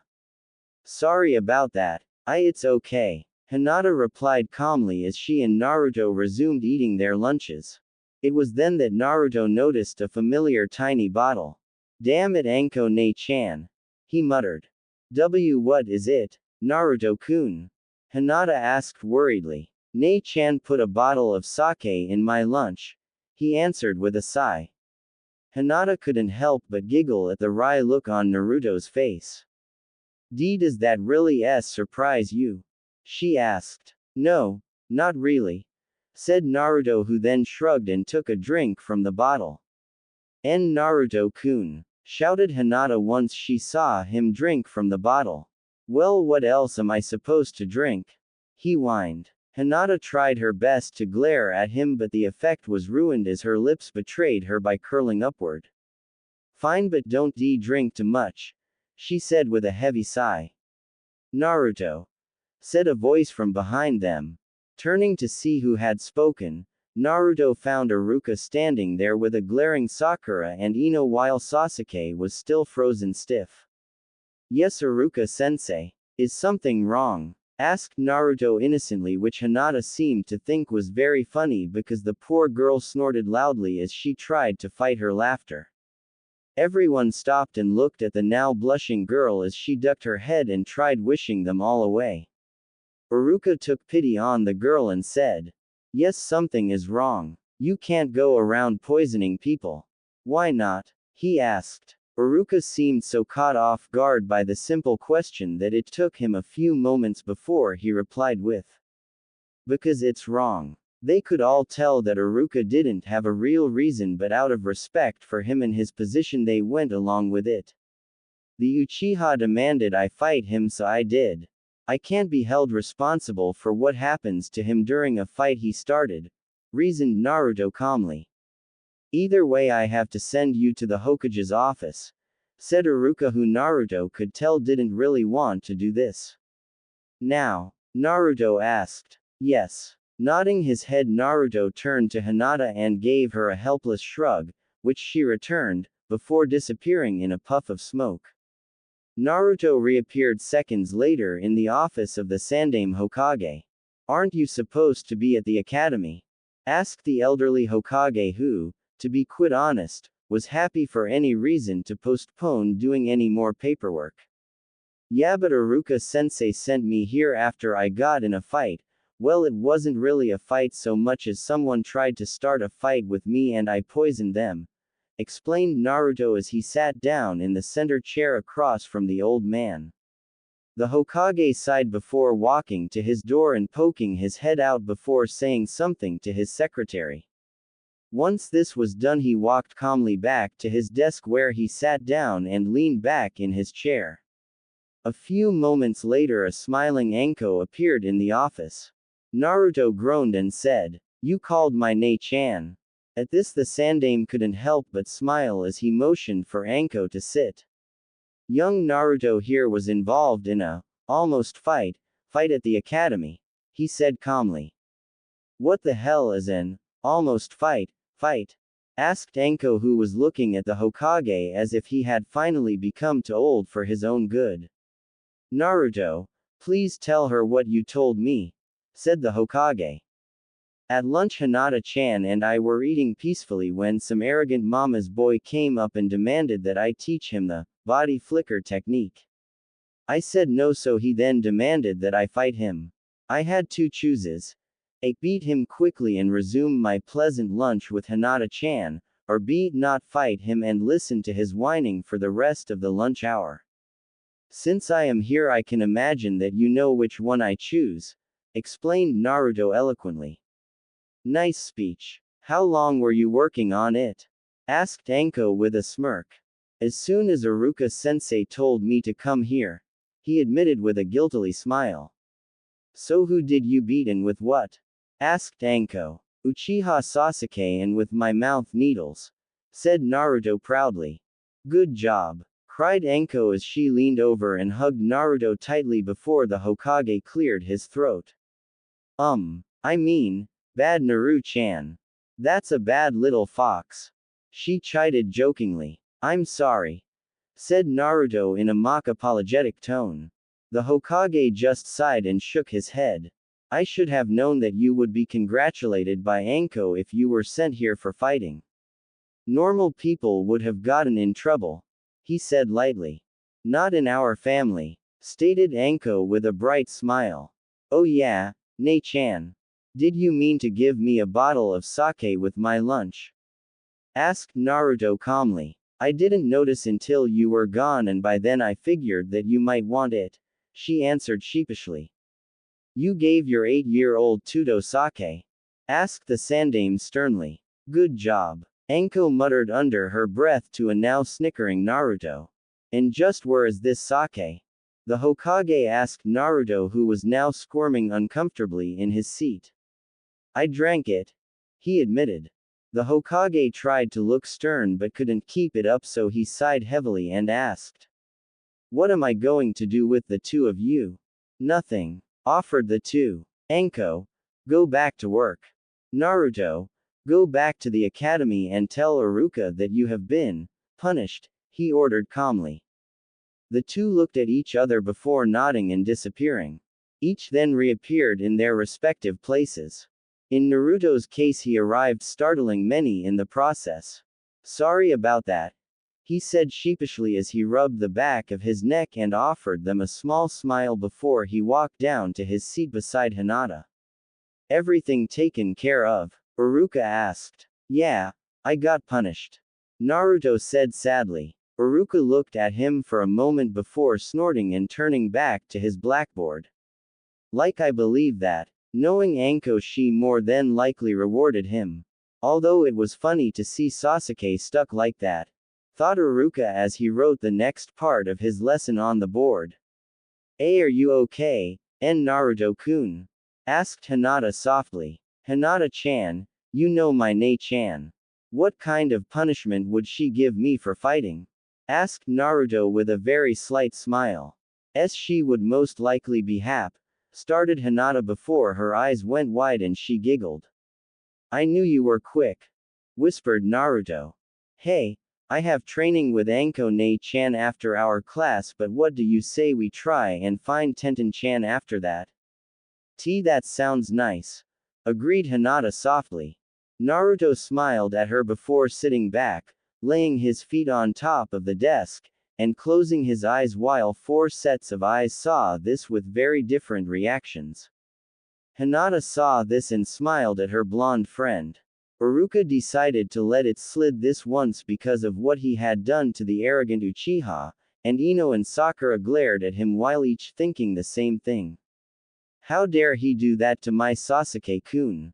Naruto himself only noticed Hinata's reaction, but to him that was the only one that mattered right then. A few hours later, a soft bell rang, signaling the end of the day. As Iruka tried to shout out assignments as the children ran from the room as fast as they could, Naruto and Hinata walked out calmly. So, should I come by and get you, or do you want to come over to my place first? Asked Naruto with a smirk while Hinata glared at him playfully. He knew full well that Hinata never went to his house by herself simply because it was in the middle of a place called the Forest of Death. That alone seemed to ward off visitors, but she was more than willing to walk through it with either him or Tenten, who didn't mind the forest at all. Of course, Naruto would almost always use the body flicker technique to get them there faster, even though Tenten would rant and rave for hours about how much fun they were missing. Hinata's view was that a day with limited encounters of things that could kill her was a good day. See, come pick me you up, Naruto-kun, she stated. As you command, said Naruto with a mocking bow. Why you should act like this more often, joked the pearl-eyed girl. Naruto laughed and gave Hinata a playful shove before saying, you wish. Before long the two were in front of the Hyuga compound, and with a quick hug, Hinata ran inside with a happy smile on her face. Ignoring the glares the guards gave him, Naruto turned and ran off towards this home. Ever since Naruto had been taught the body flicker, Anko had stated that it was only to be used when he was running late, needed to get somewhere in a hurry, or just needed to get past the forest surrounding their apartment. Not wanting to be late for his new lessons, Naruto ran as fast as he could towards the gates. As he reached them, he never even slowed down, and as he was about to run into the gate, he suddenly disappeared. What Naruto forgot was the first rule Anko had taught him when he learned the technique, which was never use it while running, because if you do, you reappear running. Normally this isn't a problem if you were reappearing in a clearing or an open street, but Naruto was reappearing right in front of their door, and with a loud thud Naruto ran face first into the wooden door. As he bounced off the door and clutched his now bleeding nose, Naruto shouted, "Damn it all to he!" Before Anko opened the door. She looked down at her tuto with a sadistic smirk as she leaned against the door frame and listened to his string of swear words, all of which he learned from Anko early on in life. "You did it running, didn't you?" she asked as Naruto began wiping the blood from the now healed wound. "Shut up," he shouted as he pushed by her only to find Kurenai and Ibiki sitting in their living room laughing. "Perfect," he muttered as he walked into the kitchen to get a wet rag. "So what was that about?" asked a gruff-sounding Morino Ibiki. If his voice sounded gruff, then there was no word to describe his looks. The man was truly a man of his trade, and in this case it wasn't a good thing. Ibiki was Konohagakure's top torture and interrogation specialist, and the man had scars all over his body and drill holes in his head from his own stays with enemy shinobi. This might have been what Anko liked about him, or it could have been that he himself was a sadist. Either way, Naruto found him to be a nice guy and fun to be around. "I was excited about starting my new lessons," he shouted happily. "New lessons?" asked Kurenai. This woman was the wild card, and for the life of him Naruto couldn't figure out how her and Anko were such good friends. Kurenai was a genjutsu mistress and an overall nice person.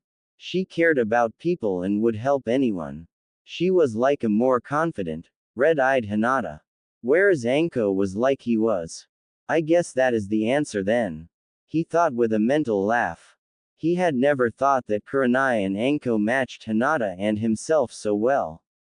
"Yeah, Nei-chan is going to start teaching me advanced anatomy, advanced psychology, torture, and interrogation," he said happily as he began all but jumping up and down as excitement swelled inside him. "Following the family trade, are you?" asked Ibiki with a harsh laugh. "Why wouldn't I?" asked Naruto calmly. Kurenai looked at Anko and said, "Leave it to you to adopt a cute blonde-haired, blue-eyed boy and turn him into a sadist by the time he turned 8. She then couldn't help but laugh as Naruto and Anko both gave the exact same look of outrage as they clutched their hearts. "Never mind. You two deserve each other." "Thank you," they chorused with bright smiles. "You're both crazy," said Ibiki with a sad shake of his head. "Who are you to call anyone crazy, Ibiki?" asked Naruto, who despite the highly offended tone was still smiling happily. Kurenai laughed and stated, "He has you there, Scarhead." Ibiki gave a threatening growl which would have worked on anyone other than the three of them. They just let him growl while smiling patronizingly at him. "Naru-chan, I'm going to have to postpone our lessons until tomorrow morning. I forgot that I made plans with these two," Anko said gently. Naruto sighed heavily before nodding and saying, "That's okay, Nei-chan. You go out and have fun with your hoodlum friends, but I expect you home before 10 o'clock, young lady." "Only 10, whined Anko jokingly. "Fine, 10:30, but I expect you to clean your room tomorrow," Naruto said sternly. "Deal," said Anko happily before both she and Naruto cracked up while Ibiki and Kurenai just looked relieved that they were joking. "Well, I'm going to go get Hinata-chan before heading over to Tenten-chan," shouted Naruto before he grabbed his key and disappearing. "Does he have any male friends?" asked Ibiki once Naruto had left. "None, but after what he did to Uchiha Sasuke, I'd be surprised if he doesn't by the end of the week," she answered with a soft laugh. "What did he do to that brat?" asked Kurenai. "He poisoned him after the Uchiha demanded that he fight him. My little Naru-chan got sent to the Hokage's office on the first day," she said proudly as she wiped an imaginary tear from her eye.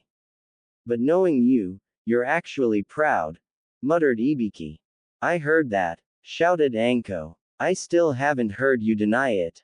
Kurenai pointed out. Anko smirked evilly before saying, Fine, I'm proud of Naruto. Said boy sneezed loudly before stopping in front of the Hyuga guards. Hey, could you please tell Hinata-chan that I am here? He asked. You should not refer to Hinata-sama in such familiar terms, growled one of the guards while the other left to get Hinata. Why not? She and Tenten-chan are my best friends. Naruto stated loudly. Maybe now, but not for long. Sneered the guard. Before Naruto could ask him what he meant, a very familiar girl ran out of the front door and right up to him. Naruto-kun. I wasn't expecting you so soon. She said happily. Well, Anko-ne-chan postponed our lessons until tomorrow morning because she forgot that she had made plans with Ibiki and Kurenai. He said with a sigh. Did why you tell her to be home by 10? Asked Hinata with a giggle as she led Naruto away from the guards and towards their other friend's house. No, she can stay out until 10:30 but she has to clean her room tomorrow. Joked Naruto while Hinata's giggle turned into an outright laugh at the way Anko and Naruto behaved. I wish I had a ne-san like Anko-senpai. Hinata said softly. Naruto gave her a sad look before wrapping an arm around her shoulder and giving her a comforting squeeze. Hinata had told him that as soon as her Ka-san had passed away, her Tu-san changed drastically. Her Tu-san no longer treated her like he had. He was now cold and condescending, as if he blamed Hinata for his wife's death.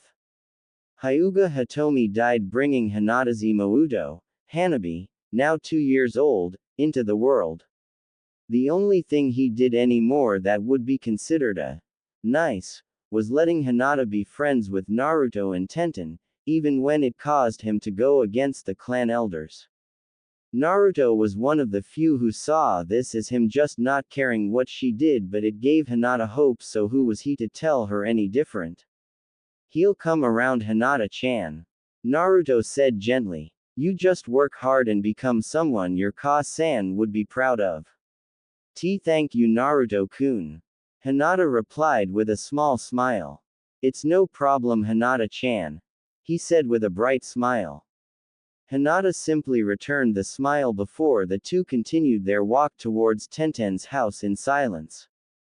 For some reason the two of them were the only pairing out of the three that could just walk beside each other in silence and never have to say anything. When Naruto was with Tenten, it was always loud and they were always joking around, and when Tenten was with Hinata, she actually acted like a girl and gossiped. This was something Naruto could have lived without, but he learned to keep his mouth shut after he whined and made some comments one time and reserved multiple kunai and shuriken in his legs from Tenten. So Naruto learned early that even the most tomboyish girl was still a girl. Even though Tenten was a year older than them, she still spent most of her time with the two of them. This was the reason why Hinata was bored in their class. While Naruto had his apprenticeship with Anko, Hinata only had a Tu-san who would shout things at her. So Tenten took it upon herself to see that Hinata learned everything she had been taught, making Hinata a year ahead of everyone in her class, save Naruto. Also, with constant exposure to Tenten and Naruto, Hinata found it very hard to not shout thing all the time, but that just wouldn't be proper. As the two made it to their favorite weapons store, they heard the familiar sounds of Tenten training in her backyard. As the two walked into the store, they offered Emi, who was watching the store, a quick hello before walking through the home and out to the backyard. Stay here, Naruto whispered to Hinata with a smirk. You're going to scare her, aren't you? She asked nervously. Things like this never ended well, meaning that Naruto usually ended up looking like a pin cushion. Hinata only hoped that Tenten wasn't training with anything too dangerous. Walking out of the house slowly and as silently as he could, he made his way up to a panting Tenten as she leaned forward with her hands on her knees. Hello, Tenten-chan. Naruto yelled as loud as he could. He then laughed loudly as Tenten jumped about 5 feet in the air as she spun around to find Naruto laughing at her. With a feral growl, Tenten attacked the blonde demon vessel. "You bastard!" she shouted as she kicked him as hard as she could in the side while Shikawa-san and Hinata snickered at her from the doorway, and when Naruto seemed to ignore the kick, Tenten sat down on his chest and glared at him. Hello," said Naruto as he struggled to stop laughing while looking incredibly nervous. Tenten then gave a smirk that Anko would have been jealous of before saying, "Eat dirt." "Eat wa," started Naruto before Tenten shoved a large clump of dirt into his mouth. With that, Naruto knocked Tenten off of him and began spitting up the dirt while Tenten, Hinata, and Emi all rolled on the ground as they laughed. "I can't believe you made me eat dirt," he yelled. "Why you ate dirt?" shouted Tenten between gasps of breath. "And here I brought Hinata-chan to visit you to tell you all about our first day and how do you repay me. You make me eat dirt," shouted Naruto before he sat down and pouted. "Well, you shouldn't have scared her, Naruto-kun," Hinata replied with only a slight giggle as she walked over to the two and sat beside Naruto.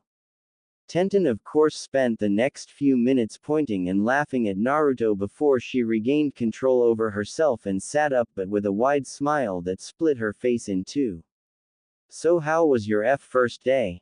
she asked with one last giggle. It was boring you until Naruto-kun got sent to the Hokage's office for fighting." That was pretty funny," Hinata answered with a fond smile. "You got into a fight on the first day?" shouted Emi from the doorway. How proud was Anko? Very. You would have thought that I single-handedly took over the world by the way she was smiling. Naruto said happily. "So what did you do?" asked Tenten excitedly. From the constant exposure to Anko and Naruto, Tenten had learned to love a good fight. "Well, Hinata-chan and I were being perfect angels while eating our lunch." Emi and Tenten snorted loudly at this part. When all of a sudden that arrogant bastard Uchiha Sasuke walked up and demanded that I teach him the body flicker. I said no, mocked him a little, so he demanded that I fight him. As he charged me, I noticed that his taijutsu was academy standard at best, so I poisoned him quickly and went back my lunch with Hinata-chan, explained Naruto. Then two of Uchiha-san's fangirls told on him and he got sent to the Hokage's office, added Hinata while her eyes narrowed a bit at this but quickly softened to their usual doe-eyed appearance. "You poisoned him?" shouted Tenten, who sounded upset and awed by the fact. "Yes," said Naruto nervously. "He really didn't want to eat any more dirt. Aw man, I wish I could have seen that," she whined while Hinata and Emi sweat dropped while Naruto sighed in relief. "There wasn't much to see. I used my hidden needles to freeze him for a few hours." Although it was funny to hear all of his fangirls yell at me for spitting on their Sasuke-kun, Naruto said while copying their shrill voice perfectly. "They never even noticed your needles or the fact that you said hidden mouth needles?" asked Tenten in disbelief. She knew that Naruto was better than her, and after they both started training with Hinata that even she was almost as good as she was, but even at the age of 6 she had noticed Naruto's needles. Hinata started noticing them last year because that was when she was first hit by them, and they were always the ones with the weakest poison he had. Nothing good would come from paralyzing your sparring partner for hours on end. "Honey, they are only 8 years old and a lot of them haven't had any form of training yet," Emi said to her daughter. "Whatever," muttered Tenten. Tenten was the kind of person who hated being judged by the fact she was female. She firmly believed that the fact that she was a girl had nothing to do with what kind of shinobi she was, and one of the things that would set her off was snobby little fan girls who wanted to do their hair more than train. They gave every kunoichi a bad name and only furthered the stereotype that women had no business being shinobi. This was one of the reasons Tenten had no female friends her own age and why she hung out with Naruto and Hinata. Naruto, after being raised by Anko, believed that woman made very good shinobi. If he had believed any different, then Anko and Kurenai would have probably killed him. Hinata, being female, believed like Tenten but also thought ahead a little more. While Tenten simply hated them for furthering a stereotype, Hinata thought ahead to possible missions and knew that if they were a weak link then they would most likely die and possibly take their teammates with them. So as a rule, when they trained with each other they held nothing back. Tenten-chan, you should wait a little while to see what kind of kunoichi they are going to be before you start hating them. You never know, they may turn out to be very good shinobi, offered Naruto weakly. He said this more to appease Tenten than anything. Personally he didn't see them changing but gave them the benefit of the doubt. You don't even believe that? Shouted Tenten as she glared at Naruto. I isn't judging someone you don't know. What you hate, Tenten-chan? Asked Hinata softly. Tenten sulked a little and muttered. Yes. Then you should give them a chance. Besides, it was only the first day. Emi said as she stood, brushed herself off, and walked back into the house to watch the store she had left unattended. So what are you two up to? Asked Tenten. Out on a date. What? Shouted Naruto. We're only 8 years old. Besides, Naruto-kun is like a Nii-san, older brother, to me.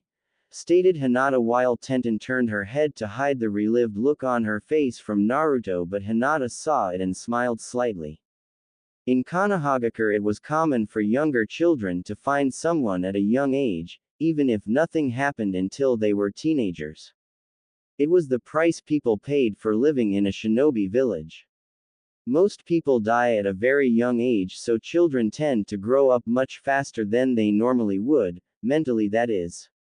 Yeah, Hinata-chan is the annoying Imouto, younger sister, I never had. Shouted Naruto. Hinata clearly didn't find this funny. Why, you are only 2 months older than I am. 2 months is still 2 months. He said mockingly. Do you want to eat dirt again? She threatened. This shut Naruto up so fast that the two girls couldn't help but laugh at the blonde boy. That's not fair. Naruto said with pout. Well, how about we train for a little bit? That should take your mind off of the big bad dirt. Joked Tenten. Naruto chose to ignore the dirt comment but stood up and got ready to train nonetheless. So what are we going to do today? He asked. Well, since Hinata-chan and I haven't seen your taijutsu stance because you're a stingy bastard. How about taijutsu spars? Asked Tenten. Naruto debated this in his mind for a few moments before he sighed and said. Fine. At least now I can get you back for that dirt. Then you two can go first. Hinata said softly as she moved to the side of the yard so that the two had more room to move around. Since Tenten only ever used weapons, she only ever learned the basic academy taijutsu style, but from working with Anko she was very good at it. Naruto on the other hand used a style that only 3 people in the world knew, himself included. He moved into his stance which looked very off-balance to Tenten and Hinata. All his weight was on his right foot as he placed his left foot lightly on the ground in front of him. His left arm was held loosely out in front of him and his right was bent along his waist. Both hands were balled into fists except for his index and middle fingers, which were held straight out. Normally he would have chakra encasing then, but in a friendly spar there was no need. Without chakra he could only poke the girls really hard, but if he had channeled chakra then his fingers would have cut through their skin and organs like a hot knife through butter.